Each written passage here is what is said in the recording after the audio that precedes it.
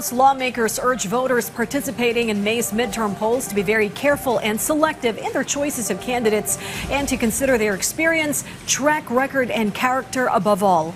Likewise, a partyless legislator reminded migrant workers abroad not to miss or shirk their opportunity in voicing their choices that would eventually shape or break the nation's future. Armela Las Moras fills us in with more.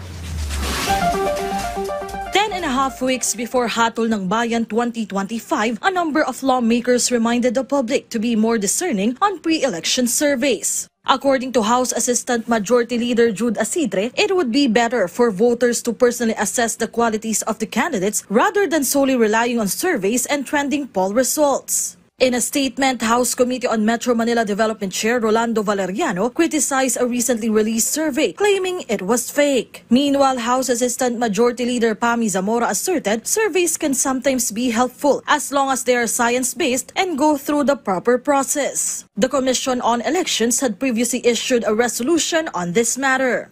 Kami po gumagamit ng survey, pero kung ang intention po ng survey impluwensyahan po yung decision po ng ating mga kababayan, lalong-lalo na sa darating na eleksyon, yan po ay siguro mahalagang pag-aralan at iwasan ho natin. Kasi in the end, hindi po pwedeng usapin ng trending lang ho ang eleksyon. Yan po ay kung sino ang mamumuno sa ating bansa sa susunod na 3 o sa susunod na 6 na taon.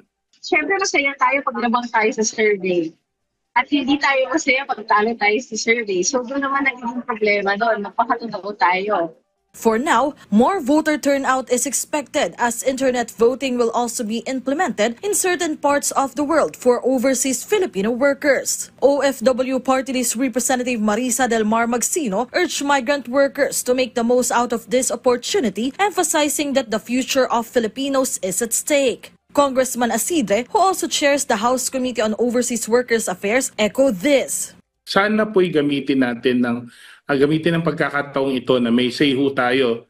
Alam ko marami sa ating mga kababayan, OFW, madalas so active sa social media, nagko-comment po sa mga nangyayari sa Pilipinas. Siguro ang mas epektibong pamamaraan. Aside from this, House Deputy Minority Leader Bernadette Herrera also reminded government workers and other professionals who will not be able to vote on May 12 to register for local absentee voting before the deadline on Friday. This will allow them to cast their votes early from April 28 to April 30.